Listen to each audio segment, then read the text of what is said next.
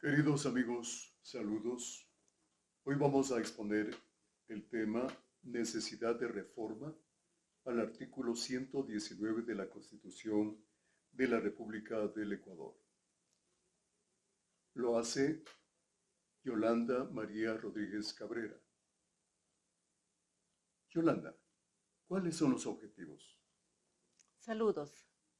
Hoy les conversaré de la necesidad de reformar el artículo 119 de la Constitución de la República del Ecuador, cuyos objetivos persiguen en la presente reforma constitucional es analizar la defensa de la institucionalidad de la Asamblea Nacional a fin de evitar una mayor inestabilidad política e impedir el gasto innecesario de recursos económicos.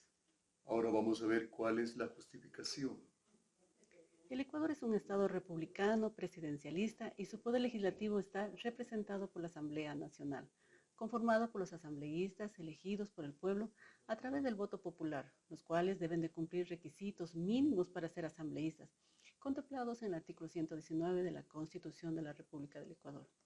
La mala costumbre de la partidocracia, con el afán de tener, acaparar o mantener réditos políticos, postulan para asambleístas a personas que gozan de popularidad en el medio artístico, farándula, mundo del deporte, presentadores de televisión, etc. Personajes sin propuesta, sin vocación, sin ideologías políticas y fácil de manipular por parte de los líderes políticos. Como resultado de ello, conlleva la frustración del pueblo realizando malas prácticas políticas, aprobando leyes contradictorias a los intereses nacionales, con ello ahondando una crisis política en el Ecuador. Si revisamos la misma Carta Magna, podemos constatar que la ley sí exige un perfil para distintas dignidades nacionales y locales, como por ejemplo, requisitos para ser fiscal general de la nación, defensor público, notario, etc. Vivimos un Estado constitucional de derecho, en la que debemos acudir en la defensa de instituciones públicas secuestradas por el poder político, divorciada de la realidad social. Por lo antes expuesto, considero que la reforma al artículo 119 de la Constitución de la República se constituye un mecanismo constitucional para salir de la determinada crisis política, dando la posibilidad a gente preparada en la rama con criterio jurídico y con vocación de servir para solucionar problemas de la colectividad, resultando imperiosa la reforma del artículo 119 de la Constitución de la República del Ecuador a fin de evitar mayor inestabilidad política y el gasto innecesario de recursos económicos. Para ello, ¿cuáles son los cambios normativos? Al solicitar un perfil de candidatos para la Asamblea Nacional, no se está realizando discriminación alguna. Este es el discurso hegemónico de las empresas políticas que se han beneficiado de este decreto, utilizando la popularidad de la gente para obtener escaños políticos y seguir gobernando.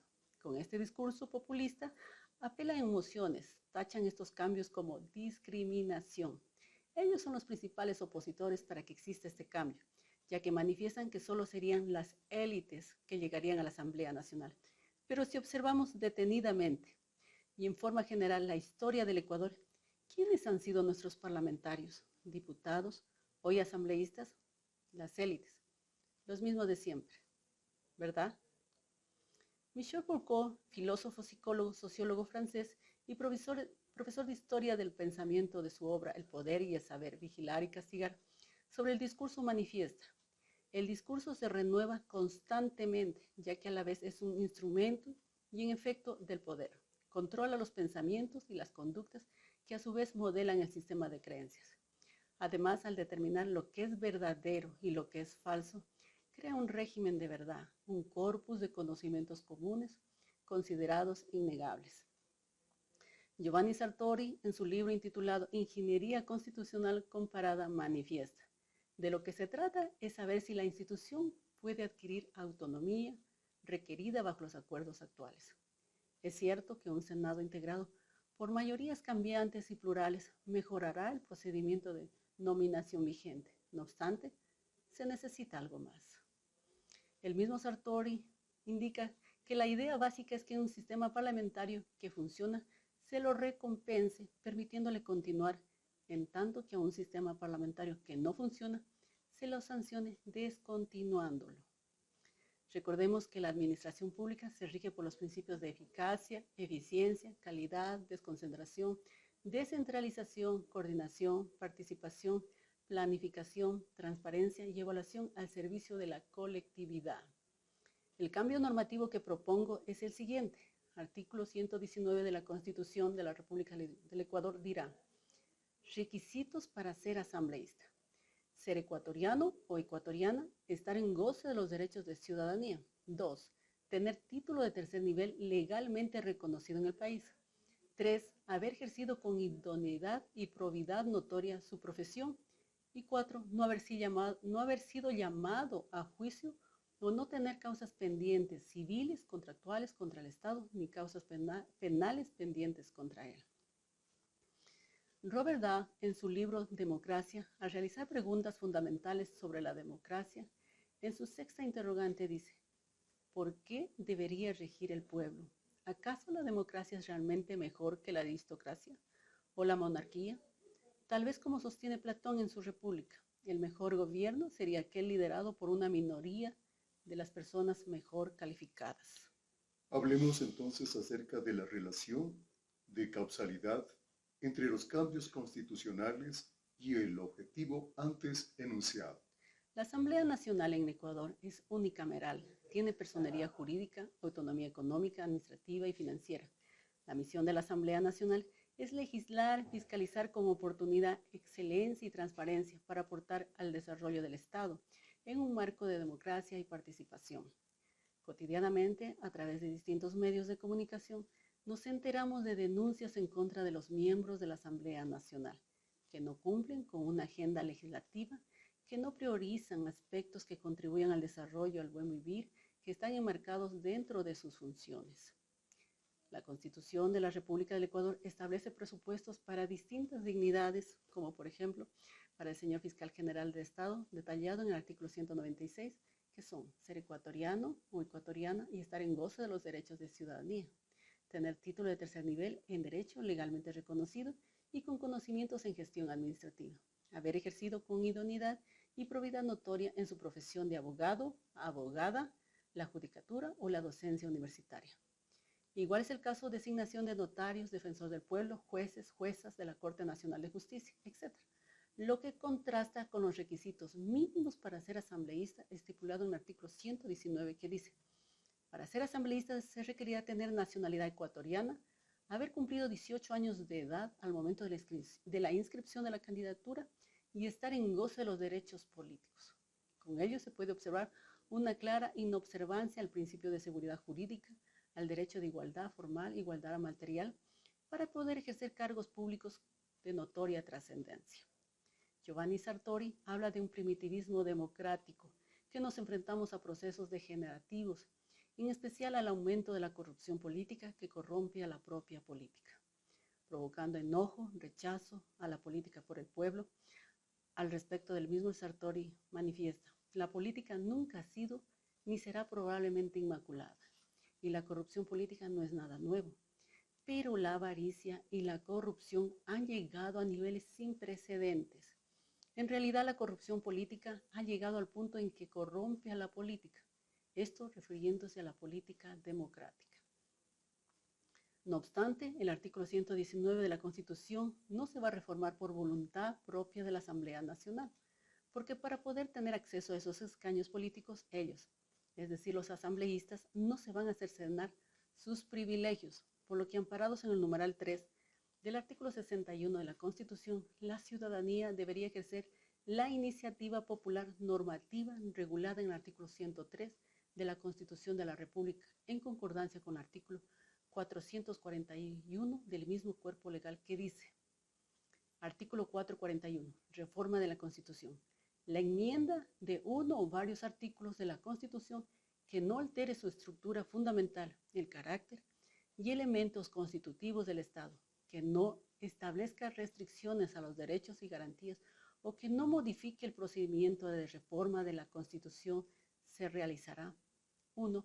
Mediante referéndum solicitado por la presidenta o presidente de la República o por la ciudadanía, con el respaldo de al menos del 8% de las personas inscritas en el registro electoral. Entonces, ¿cuál sería la eficacia del cambio constitucional? Con la reforma política electoral que se propone, se aspiraría a muchos cambios positivos, por ejemplo, que los legisladores ejerzan sus competencias y facultades atribuidas en la Constitución, cumplan con su trabajo, reformen un conjunto de normas jurídicas a fin que se puedan responder las necesidades del pueblo que los eligió. Se facilitaría el diálogo, el consenso, gente con criterio jurídico, político, formado, logrando acuerdos de gobernabilidad, con responsabilidad con los bloques parlamentarios y tengan independencia los asambleístas de las empresas electorales o grupos de poder. Estabilización de la democracia, mejor representación política en la Asamblea Nacional, aumentar la confianza de la ciudadanía en la institucionalidad democrática. Un Congreso, Parlamento o Asamblea bien estructurado puede hacer reformas legislativas más acertadas, fundamentadas, ya que el Ecuador tiene un sistema de partido multipartidista, excesivos y cambiantes. Eliminar gastos innecesarios por parte de la Asamblea Nacional, asimismo que el electorado sea más activo y dinámico e informado. Al respecto, Adam Przeworski manifiesta, argumentando que la democracia es un fenómeno que ocurre aleatoriamente, ha demostrado que las democracias tienen más posibilidades de sobrevivir cuando tienen niveles de desarrollo más altos. En países con bajos niveles de desarrollo económico, la democracia es más frágil. Las transiciones a la democracia pueden ocurrir igual, pero la posibilidad de que éstas sobrevivan es sustancialmente menor que en los países desarrollados. El derecho es cambiante, se va moviendo de acuerdo a las necesidades de la sociedad. De ello debo recordar dos ejemplos notorios.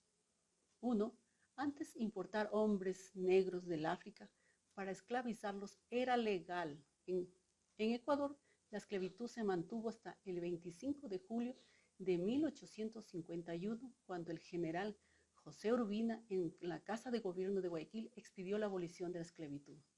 Otro ejemplo sería la ciudadanía y el sufragio de la mujer era impensable. La Constitución de 1884 fue la primera en introducir una limitación en cuanto al género de la persona, estableciendo que gozaban de derechos de ciudadanía los varones que sepan leer y escribir y hayan cumplido 21 años o hubiesen sido casados. El 10 de mayo de 1924, la lojana Matilde Hidalgo de Procel se convirtió en la primera mujer en América Latina que pudo votar en una elección nacional. El Ecuador es un país de régimen democrático, político, y los ciudadanos podemos participar de diferentes formas. Una de ellas es opinando. La democracia nos permite exteriorizar nuestro punto de vista a través de distintas herramientas, como presentar proyectos de iniciativa popular normativa, estipulada en el numeral 3 del artículo 61 de la Constitución, regulada en el artículo 103 de la Carta Magna, en concordancia con el artículo 441 del mismo cuerpo de ley, donde consolida el referéndum. Como sociedad podemos influir legal, positivamente, en los procesos de toma de decisiones, de manera directa y también de manera indirecta, a través de los partidos políticos bien estructurados. Cambiando nuestra visión de la política es como se robustecerá la democracia y la sociedad, a fin de coadyuvar o arribar a tiempos mejores. Gracias.